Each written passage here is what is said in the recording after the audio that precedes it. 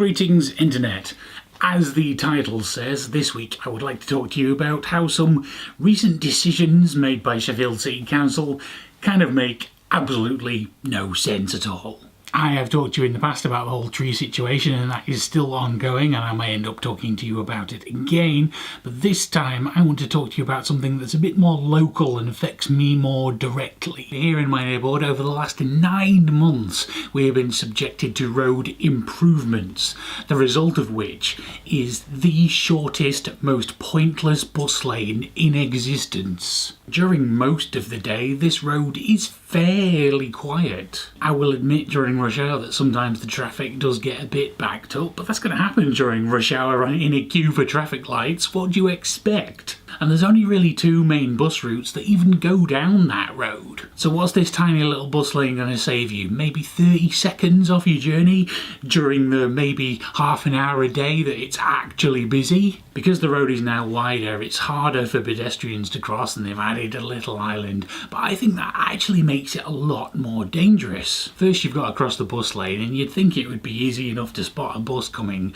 but taxis are also allowed to use bus lanes, so suddenly a car will come swerving out into the bus lane that you just weren't expecting because it's a private hire cab. And then once you're at the island, it's technically only a small hop over to the other side, and looking up the road you'd think it's fairly easy to see what's coming the way the lanes are painted, but it's extremely easy to forget that people could be turning right from behind. There's no reminder of that, and of course no one bloody indicates when they're coming out of that road, so that it's just way more dangerous. I have to presume that the point of this is to improve the flow of traffic through this junction. So I want to know why on earth you would add speed humps at a place where people should be slowing down anyway. And then just up the road you had a brand new zebra crossing, which again will stop the traffic, when there's been a perfectly good subway there for as long as I've lived here.